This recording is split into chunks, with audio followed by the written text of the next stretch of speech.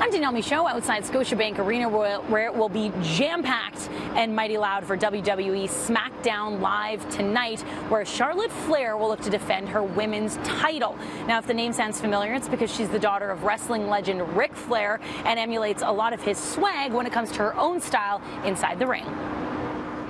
My very first robe, which I'd never planned on ever wearing a robe, was pieces of his from when he retired at WrestleMania 08. But ever since then, I've added different things to it. So because my dad was considered the wrestling peacock, I've actually added the peacock feathers, so it looks a little different. And then with the figure 4, I made it the figure 8. So I just try to tweak little things and turn it into my own. But I think my dad always does interviews, and he's like, "Did you ever see me doing moonsaults?" So I got you on that one, Dad. Whoa! Takes out the Iconics.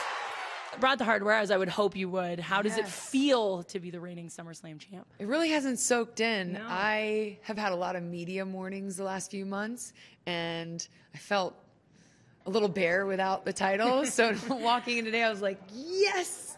Got it. I've got the title back. It completes the outfit. I was going to say, it's probably the greatest accessory you could bring with you, right? The greatest accessory. Yeah, pretty sweet. And on the verge of, making history, or you can become the greatest women's champ of all time. Now that must take a little bit to sort of soak in. I'm being honest when I say this. I don't know if that'll ever soak in. It's not like, oh, I've got to get this many titles, or I've got to do this. It's just, how can I perform better day in and day out for the WWE universe? How do you possibly keep achieving more and more when that's the case? I know, I don't want to be one of those people that are, nothing's ever enough, but no, it's not. I still want more. For instance, getting through the first ever all-women's pay-per-view, Evolution. I think my mission for that is letting the WWE universe know that there's only one queen in the WWE, past, present, or future. But then I want to main event WrestleMania, and I want to be consistent, and those are all bigger dreams, or I guess not bigger, but just things that I hope to obtain. Now, coming up, I chat with Charlotte about an experience outside the ring that was equal parts terrifying and completely empowering, plus how the addition of Ronda Rousey has upped the ante when it comes to women's pro wrestling. I think a lot of it has to do with what's just happening in the world in general, with the U.S. women's soccer team, with people like Serena Williams, and then especially for us right now with Ronda being a part of our division and her legitimizing it.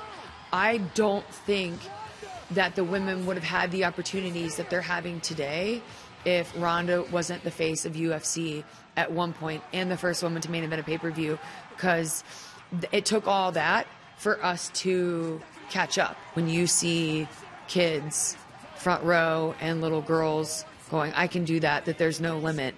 I think that also plays in any kind of role, whether you're whatever job you do. It's just knowing that being a woman, there's so much more opportunity. Another cool thing, I was blown away by the body issue that you were a part of. To me, that would be super terrifying. What was the experience like for you? Oh, it was terrifying. It was terrifying, but why I wanted to do it was because being an athlete and not eye candy or model or not relating to any of that. Like when I first started WWE, I had to learn how to do my eyebrows, hair extensions, figure out how to be polished.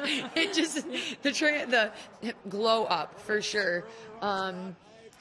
Looking at that issue the last 9 years, I'm like, wow, these athletes are showing just how strong is sexy. And to be the first wrestler ever, male or female, that the body issue is considering us an athlete, that was another honor, because it's like, yeah, it's about dang time.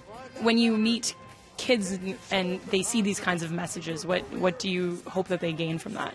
Just confidence.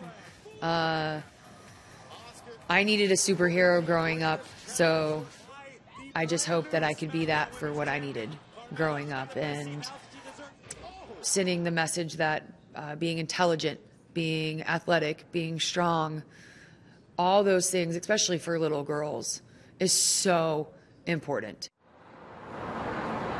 And Toronto's clearly proven it's got a big appetite for wrestling, as it was announced that we're hosting SummerSlam for the first time in 15 years next August. It's a major spectacle that will include 4 consecutive nights of action, plus a big fan fest earlier in the week.